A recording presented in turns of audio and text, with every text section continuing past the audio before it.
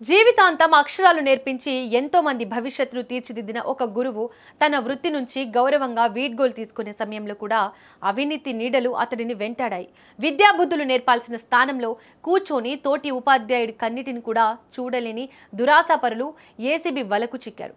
ఇది కేవలం ఒక లంచం కేసు కాదు, ఒక నిబద్ధత గల ఉపాధ్యాయుడికి ఆత్మగౌరవాన్ని దెబ్బతీసే ప్రయత్నం. మహబూబాబాద్ జిల్లా గూడూరు మండలంలో వెలుగు చూసిన ఈ ఘటన సభ్య సమాజాన్ని తలదించుకునేలా చేస్తోంది.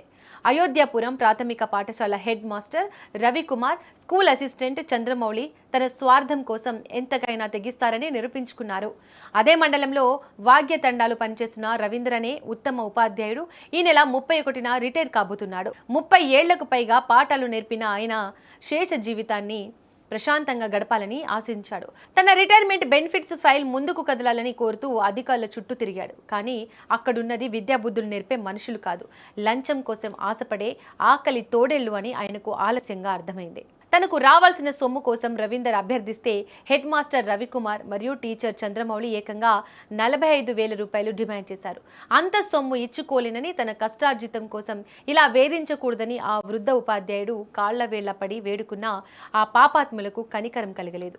డబ్బు ఇస్తేనే ఫైలుపై సంతకం పడుతుందని తెగేసి చెప్పారు. ఈ వేధింపులు భరించలేక తన గౌరవాన్ని కాపాడుకోవడం కోసం బాధితుడు ఏసీబీ అధికారులను ఆశ్రయించాడు.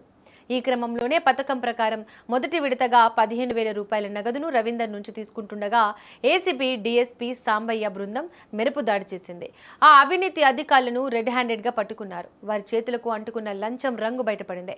ఏళ్ల తరబడి గౌరవప్రదమైన వృత్తిలో ఉండి చివరకు తోటి ఉద్యోగి బెనిఫిట్స్ మీద కన్నేసిన వీరి తీరుపై స్థానికులు మండిపడుతున్నారు.